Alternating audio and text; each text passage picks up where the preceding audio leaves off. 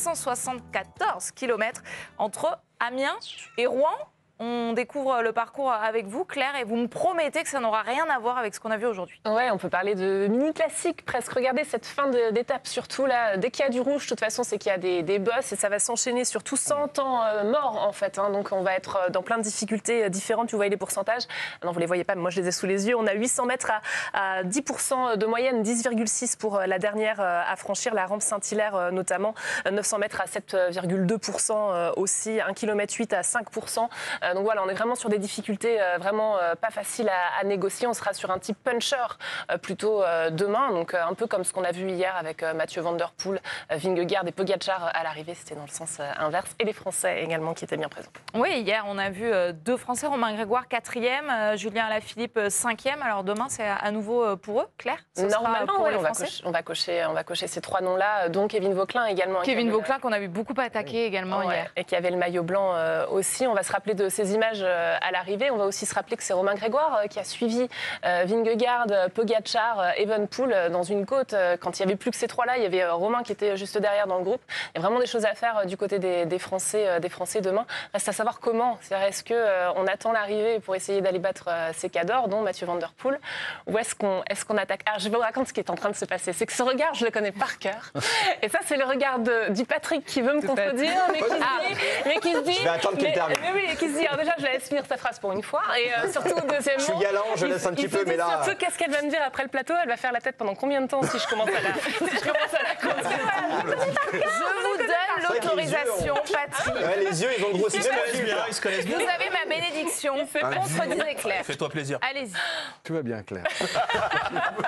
Mais vous avez très envie de la contredire quand même. Non, pas du tout. En plus, je ne sais pas pourquoi on dit ça. Ça n'arrive jamais. Mais c'est l'habitude. Ça va pas se jouer. Ça va vraiment se jouer.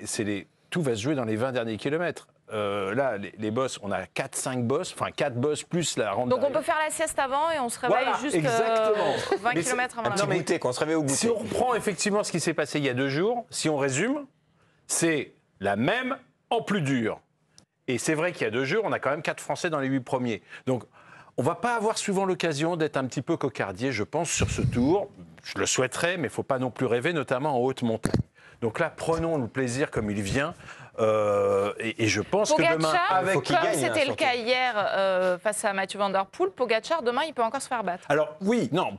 Un peu passif d'ailleurs hier, non? Non, mais attendez, ce qui est passionnant, c'est qu'il y aura une lutte, effectivement. Parce que les favoris aujourd'hui, dans ce cyclisme ultra-libéral, on ne peut pas attendre la montagne.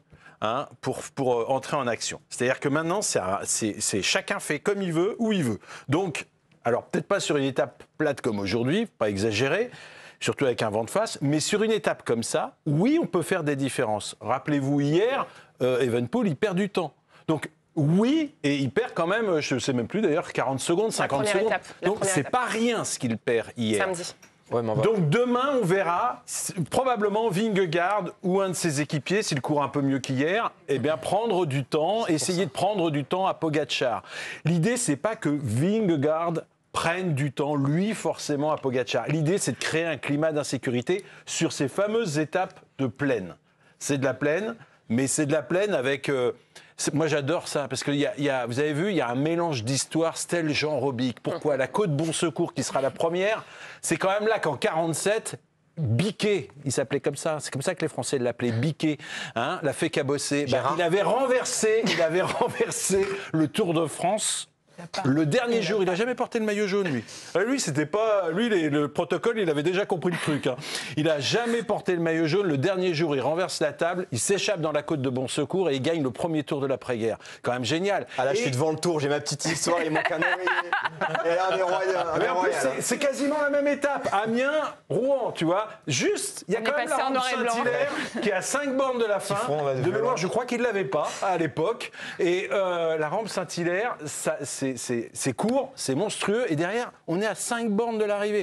Donc, encore une fois, ça va être explosif demain, et oui, il y aura les favoris, mais oui, il y aura aussi ceux qui veulent absolument la victoire. Du coup, c'est pas très bon pour nos Français. C'est ça, pour répondre à la question de c'est que moi, 4e, 5e, rien à faire. Enfin, j'ai l'impression, quand tu regardes un peu le profil de toutes les étapes, c'est peut-être l'une des seules possibilités pour nos Français, pour nos profils de Français, de gagner une étape. Et alors L'année dernière, moi je veux qu'il gagne en fait. Mais attends, mais t'as vu l'étape hier, il manque pas grand-chose. Ah oui, mais il manque pas grand-chose, mais il manque il manque manque pas grand-chose. Il manque pas grand-chose, mais ils n'ont pas gagné. Enfin, sauf si j'ai mal vu sur le podium, pour ça que c'est je te pas un dis qu'ils Français. ont mal couru, L'année dernière, début de tour, sur les 2 ou 3 premières étapes, c'est des Français.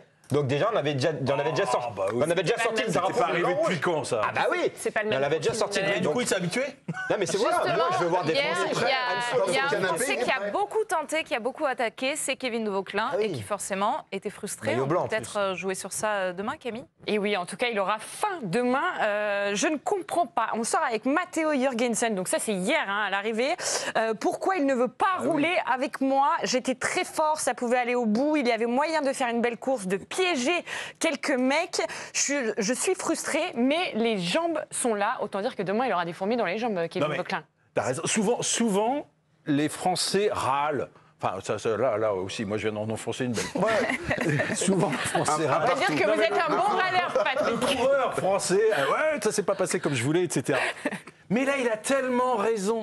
C'est l'échappée rêvée hier. On sait que les Visma. Vous avez entendu Pierre Rolland la semaine dernière, c'était dans l'équipe de Greg ou non, l'équipe de Choc.